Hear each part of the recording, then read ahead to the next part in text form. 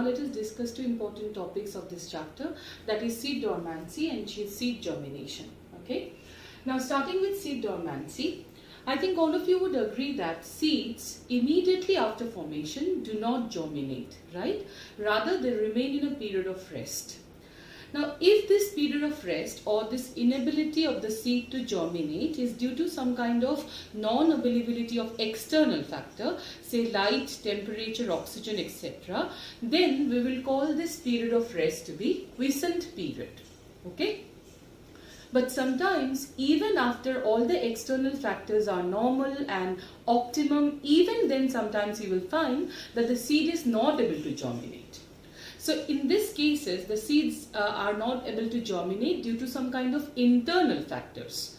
When seeds are not able to germinate due to some internal factors, then we will call the condition to be dormancy of seeds. Okay, dormancy period. Okay, so if seeds are not germinating due to non-availability of external factor, we call it quiescent period. And if the seed is not able to germinate even when external factors are available due to some internal factor, we will call it dormancy period. Okay, so it's all about dormancy of seed that we'll be learning in this section. See this. The seeds undergoes a period of suspended growth and do not germinate immediately after formation. When seeds do not germinate due to external factors like oxygen, temperature, etc., it is called quiescent period. But when this happens due to internal conditions, we will call it dormancy period. So it is easy to break the dormancy of seed, or it is easy to make the seed germinate in case it is external factors not being available. Because then if you provide those external factors, the seeds would readily germinate. Fine? But it is very difficult to break the seed dormancy because it is after all happening due to some internal reasons. Okay. So what are those reasons that can allow the seed to remain dormant? What is the reason? What are the factors that will be responsible for seed dormancy? First is mechanically resistant or impermeable seed coat. Sometimes the seed is not able to germinate because the radical is not able to push itself out of the seed coat. Finally, seed germination means what? When the seed, radical of the seed is able to allow, it is able to come out of the, it is able to rupture the seed coat and it is able to come out of it, only then the seed germinates, right? But if the seed coat itself is mechanically very, very rigid or resistant and it is impermeable to air or water, in that case the seed would not germinate, okay, even when external factors are available. Immature embryo. If the embryo itself is not able to grow properly, it has not grown properly due to some lack of food or reserve food material in the endosperm and all, in that case as well, the seed would not germinate. Presence of germination inhibitors. In case of certain of seeds, there may be some germination inhibitors present in them, like abscisic acid is the most common one. Apart from that also there may be coumarin, phenolic acid, etc. that if accumulates in a seed, the seed would not be allowed to germinate. Specific light conditions or requirements. See, there are some seeds called photoblastic seeds. Photoblastic seeds means seeds which are dependent on light for their germination. Now, photoblastic seeds can be of two types. In case the seed requires light exposure for germination, we call them positively photoblastic seeds. And in case the seed does not require light, only when kept in dark, it is going to germinate. We call such seeds to be negatively photoblastic seeds. So, in that case, the seeds have to be given a specific light requirement, only then they will germinate. Alright? Now, how do we break the seed dormancy? Now that you know what is dormancy period and what are the factors responsible for it, what is the solution to this problem? How do we break the seed dormancy? There are certain ways how you can break down seed dormancy, like first is scarification.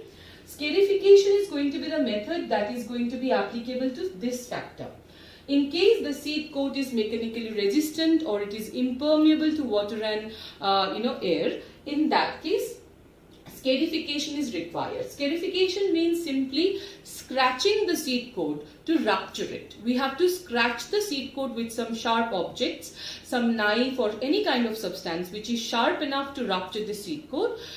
scratching the seed coat to make it rupture is called scarification. It is going to allow seed dormant, like seed breaking of seed dormancy in case the seed was not germinating due to this factor. Okay.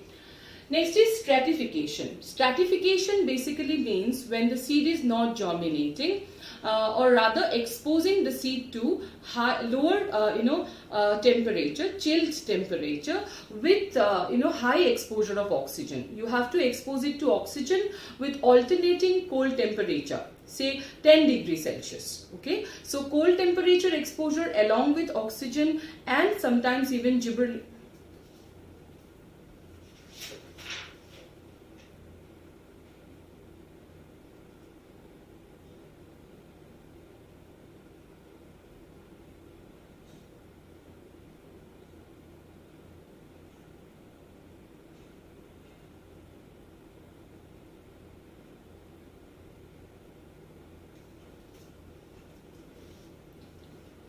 Now next is stratification. Stratification is a method in which we expose the seeds which are dormant to cold temperature, say 0 to 10 degree. We have to alternate the temperature for them. High and low temperature will have to alternate. Plus we have to give oxygen treatment to the seeds. Only then the seed will be able to germinate. So stratification means allowing the seed cold temperature and oxygen treatment. Okay. Next is light. Of course, for photoblastic seeds, either you have to expose the seeds to light if it is positively photoblastic, or else you have to keep it in dark in case it is negatively photoblastic. Finally, low temperature gibberellic acid, because you know gibberellic acid would break seed dormancy or it promotes seed germination, and oxygen treatment. All the three together in combination can also be, it is very efficient in breaking seed dormancy. Okay. That is all about seed dormancy part. I hope all of you are clear about it. Now let us discuss seed germination. Okay. So seed germination by definition itself is emergence of radicle by rupturing seed coat is called seed germination.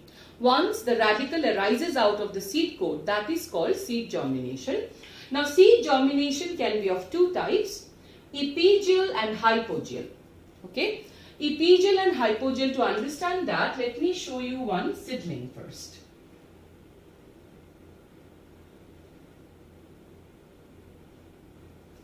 See here.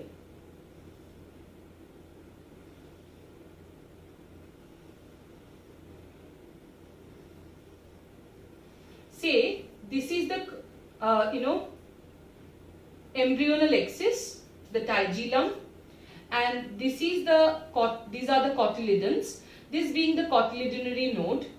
This is the ascending part called the plumule, and this is the radicle, right? Now, just below the cotyledonary node, this is the hypocotyle, and above it, this portion is the epicotyle. So, when the seeds germinate, either hypocotyle or epicotyle will grow faster. They will not have same rate of growth. Either hypocotyle will grow fast or else epicotyle will grow fast. Accordingly, which portion is growing rapidly, okay, which part is growing rapidly in comparison to the other, we have two types of seed germination. Okay. Now see, epigeal type of seed germination. Here hypocotyle will grow first. Because hypocotyle will grow fast, that's why the cotyledons will be pushed above the soil. So cotyledons comes out of the soil. This is the major thing you have to remember. Epigeal means hypocotyle will grow first, and that's why the cotyledons will be moved above the soil level. Okay. Examples will be cucurbits, mustard, castor, onion, etc. Fine. Hypogeal, now it is easy for you to remember because it's exactly the opposite. Here, epicotyle will grow faster. So because of that, cotyledons would not be pushed above the soil, rather they will remain underground. Okay. Example will be rice, mango, etc. Now, apart from that, you have to be knowing about one particular specific phenomena, a very interesting one called vivipary. Ever since I have started to discuss this topic, I have told you that seeds do not germinate immediately after formation, right? But there is an exception to this rule, and that is vivipary. In certain of mangrove plants which grows in marshy habitats, say in the seashore, where the soil is very much saline and deficient in oxygen as because it is waterlogged, in such kind of conditions, certain plants, that means the mangrove plants, they have this phenomena, or they have adapted to this phenomena called vivipary, in which the seeds germinate immediately after formation, being attached to the parental plant body. So the seeds after formation, immediately after formation, they do not wait to be dispersed. They will germinate immediately, being attached to the parental plant body. Why? Because if the seeds fall into the soil, which is waterlogged, oxygen deficient and highly saline, of course such seeds won't be able to germinate, right? So that's why to break this, or as a solution to this problem, what the seeds do is that they will immediately start to germinate, being attached to the parental body. So as rapid cell division starts happening inside the seed, the fruit's weight will start to increase, and eventually as the weight will become very much, it will fall off. The fruit will detach and it will simply fall off into the muddy soil, where now, because already radicle have arisen, the radicle will grip onto the soil, and from there a new plant will rise out. Okay, so because seed would not have germinated being into that soil, so the seed germinates already before it touches the soil. The seed will germinate being attached to the parental body itself, and that is what is called vivipary. I think all of you have understood this well, and with that we have reached the last part of the chapter, that is photoperiodism and vernalization. We'll discuss that in the next class. Thank you.